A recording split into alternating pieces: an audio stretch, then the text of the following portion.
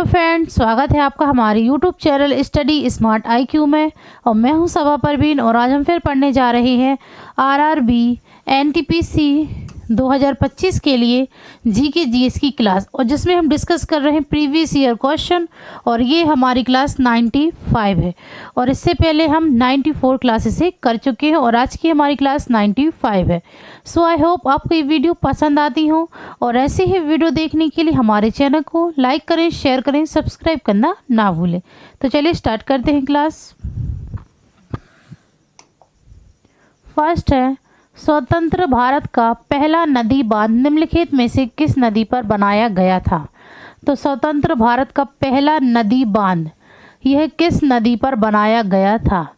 तो यह बनाया गया था दामोदर नदी पर। राइट आंसर है ऑप्शन ए, स्वतंत्र भारत का पहला नदी बांध यह दामोदर नदी पर बनाया गया था। ओके, बात करें दामोदर नदी ये कहाँ से निकलती है?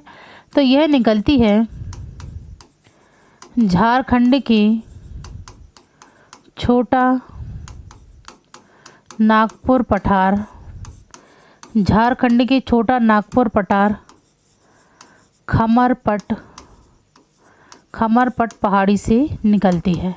ठीक है, झारखंड के छोटा नागपुर पठार के खमरपट पहाड़ी से यह निकलती है और इसे बंगाल का शोक कहा जाता है। ओके, बंगाल का शोक कहा जाता है। ठीक है, दामोदर नदी को। फिर बात करें कृष्णा नदी ये कहाँ से निकलती है? तो कृष्णा नदी यह निकलती है महाराष्ट्र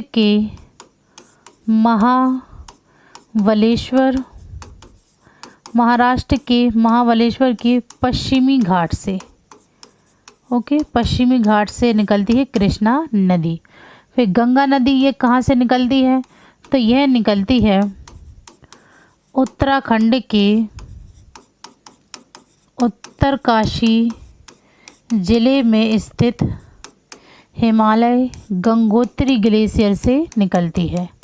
ओके, यह कहाँ से निकलती है? गंगोत्री ग्लेशियर से निकलती है गंगा नदी, और गंगा नदी इसे भागीरथी भी कहा जाता है। ठीक है सॉरी, भागीरथी और दामोदर भी से कहा जाता है।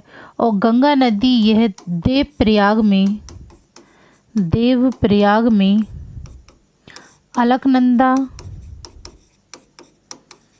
और भागीरथी मिलकर गंगा नदी बनाती है। ठीक है, गंगा नदी बनाती है। गंगा नदी यह भारत की सबसे लंबी नदी। ठीक है, भारत की सबसे लंबी नदी है। ओके, गंगा नदी ये भारत की सबसे लंबी नदी है। ओके, फिर बात करें यमुना नदी, तो यह कहाँ से निकलती है? तो यमुना नदी यह निकलती है उत्तराखंड के उत्तरकाशी जिले में स्थित उत्तराखंड के उत्तरकाशी जिले में स्थित यमुनोत्री ग्लेशियर से निकलती है। ठीक है, यमुनोत्री ग्लेशियर से निकलती है यमुना नदी। ओके, चलिए नेक्स्ट है, भारत का पहला फ्लोटिंग प्राथमिक विद्यालय कहाँ उद्घाटन किया गया है? तो भारत का पहला फ्लोटिंग प्राथमिक विद्यालय का उद्घाटन कहाँ किया गया है?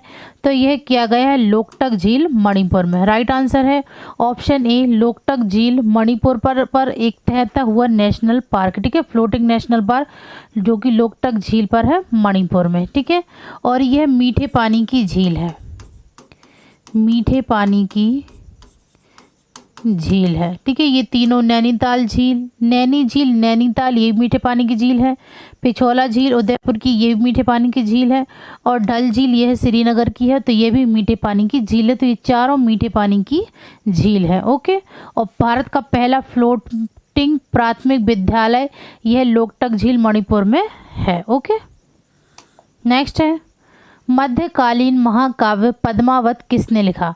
तो मध्यकालीन महाकाव्य पद्मावत तो यह लिखा है मलिक मोहम्मद जायसी ने। राइट आंसर है ऑप्शन ए, मलिक मोहम्मद जायसी ने पद्मावत लिखा है। ठीक है, फिर बात करें मुल्ला दाऊद ने क्या लिखा, तो इन्होंने लिखा है चंदायन। ठीक है, चंदायन लिखा है इन्होंने। अबुल फजल इब्न मुबारक ने लिखा है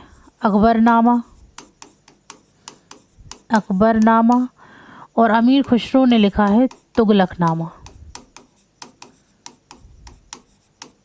ओके, चलिए नेक्स्ट है 2011 की जनगणना के अनुसार भारत में सबसे अधिक घनी आबादी वाला राज्य कौन सा है, केंद्र शासित प्रदेशों को छोड़कर।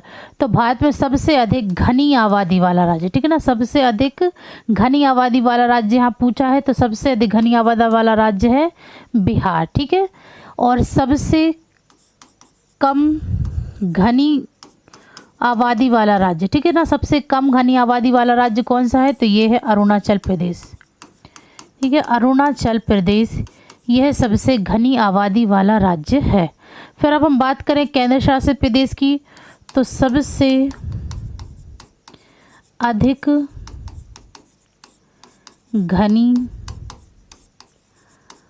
आबादी वाला केंद्र शासित प्रदेश कौन सा है, तो सबसे अधिक घनी आबादी वाला केंद्र शासित प्रदेश है, तो ये है दिल्ली। ठीक है, सबसे घनी आबादी वाला केंद्र शासित है दिल्ली, और सबसे कम घनी आबादी वाला केंद्र शासित प्रदेश है, तो ये है अंडमान और निकोबार द्वीप समूह। ठीक है, अंडमान और निकोबार द्वीप समूह यह सबसे कम घनी आबादी वाला केंद्र शासित प्रदेश है। ठीक है, फिर अब हम बात करें कि सबसे अधिक जनसंख्या वाला सबसे अधिक जनसंख्या वाला राज्य, ठीक है ना, 2011 की जनगणना के अनुसार सबसे अधिक जनसंख्या वाला राज्य कौन सा है, तो ये है उत्तर प्रदेश। ठीक है, उत्तर प्रदेश। और सबसे कम जनसंख्या वाला राज्य है, तो ये है सिक्किम। ओके, ठीक है, सबसे अधिक जनसंख्या वाला उत्तर प्रदेश और सबसे कम जनसंख्या सिक्किम। ठीक है, यहाँ पे सबसे घनी आबादी वाला कौन सा था, बिहार, और कम घनी वाला अरुणाचल प्रदेश, और फिर केंद्र शासित प्रदेश में घनी आबादी वाला तो दिल्ली, और कम घनी आबादी वाला अंडमान और निकोबार द्वीप समूह। ओके, नेक्स्ट है भुक्ति, भोग, विषय, बीथी और मंडल डैश थे। ठीक है, भुक्ति, भोग, विषय, बीथी और मंडल डैश थे, तो ये थे गुप्त काल में प्रशासनिक विभाग। राइट आंसर है ऑप्शन डी, गुप्त काल में प्रशासनिक विभाग। नेक्स्ट है 1857 की क्रांति, जिसे भारत का प्रथम स्वतंत्रता संग्राम भी कहा जाता है, के बाद भारत के अंतिम मुगल सम्राट बहादुर शाह जफर को निर्वासित करके कहाँ भेज दिया गया था। तो 1857 क्रांति, जिसे भारत का प्रथम स्वतंत्रता संग्राम, और इसे 1857 की क्रांति को सिपाही विद्रोह भी कहा जाता है। ठीक है ना, सिपाही विद्रोह भी कहा जाता है, और 1857 का विद्रोह भी कहा जाता है। ठीक है ना, तो इसके बाद भारत के अंतिम मुगल सम्राट बहादुर शाह जफर को निर्वासित करके कहाँ भेज दिया गया था, तो यह भेज दिया गया था बर्मा में। राइट आंसर है ऑप्शन सी, बर्मा भेज दिया था भारत के अंतिम मुगल सम्राट बहादुर शाह जफर को, ठीक है, निर्वासित करके। नेक्स्ट है अंतर्राष्ट्रीय अंतरिक्ष स्टेशन पृथ्वी की सतह से कितनी दूरी पर स्थित है। तो अंतर्राष्ट्रीय अंतरिक्ष स्टेशन ये पृथ्वी की सतह से कितनी दूरी पर स्थित है, तो ये है 400 किलोमीटर दूरी पर स्थित है। राइट आंसर है ऑप्शन डी, 400 किलोमीटर। नेक्स्ट है संयुक्त एक इलेक्ट्रॉनिक युद्ध कार्यक्रम है जिसे भारत में डैश और भारतीय सेना द्वारा संयुक्त रूप से विकसित किया गया था। तो संयुक्त यह एक इलेक्ट्रॉनिक युद्ध कार्यक्रम है जिसे भारत में डैश और भारतीय सेना द्वारा संयुक्त रूप से विकसित किया गया। तो इसे विकसित किया गया था DRDO, ठीक है, DRDO। राइट आंसर है ऑप्शन ए DRDO, और भारतीय सेना द्वारा इसे संयुक्त रूप से विकसित किया गया था। ठीक है, संयुक्त, जो कि एक इलेक्ट्रॉनिक युद्ध कार्यक्रम है। नेक्स्ट है, हार्ड डिस्क किस प्रकार के डेटा स्टोरेज उपकरण का उदाहरण है? तो हार्ड डिस्क यह किस प्रकार के डेटा स्टोरेज उपकरण का उदाहरण है?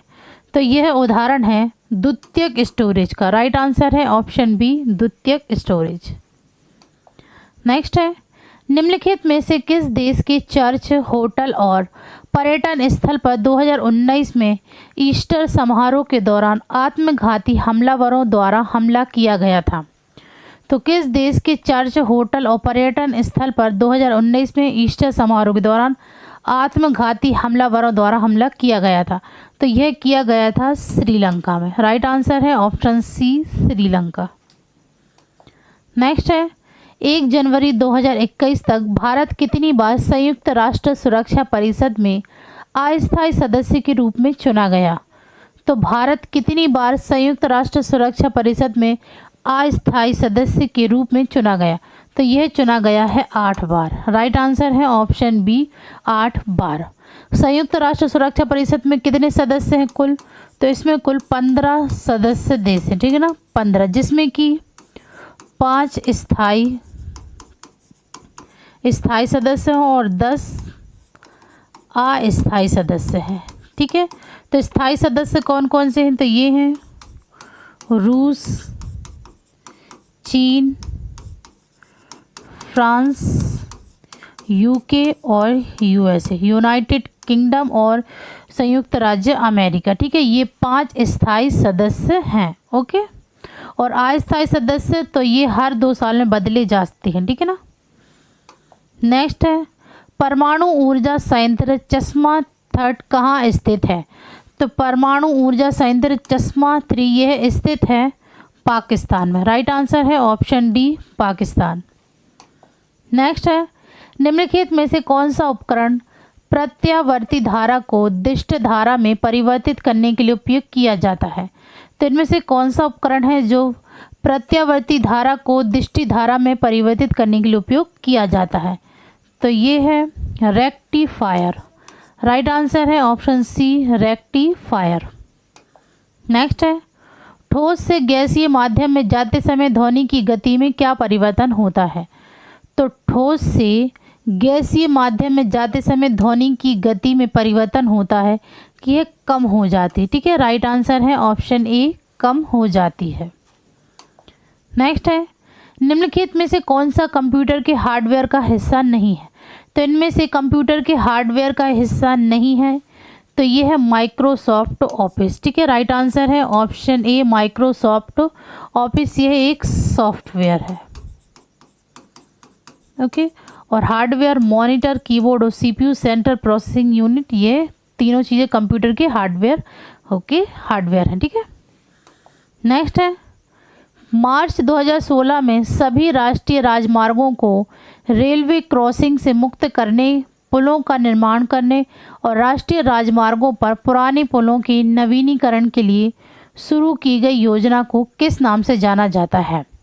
तो मार्च 2016 में सभी राष्ट्रीय राजमार्गों को रेलवे क्रॉसिंग से मुक्त करने, पुलों का निर्माण और राष्ट्रीय राजमार्गों को पुराने पुलों के नवीनीकरण के लिए शुरू की गई योजना का नाम है सेतु भारतम परियोजना। राइट आंसर है ऑप्शन ए सेतु भारतम परियोजना के नाम से जाना जाता है इस योजना को। ओके, नेक्स्ट है, वर्तमान विनिमय दरों और मूल्यों पर एक मुद्रा की दूसरी मुद्रा के सापेक्ष क्रय शक्ति डैश है।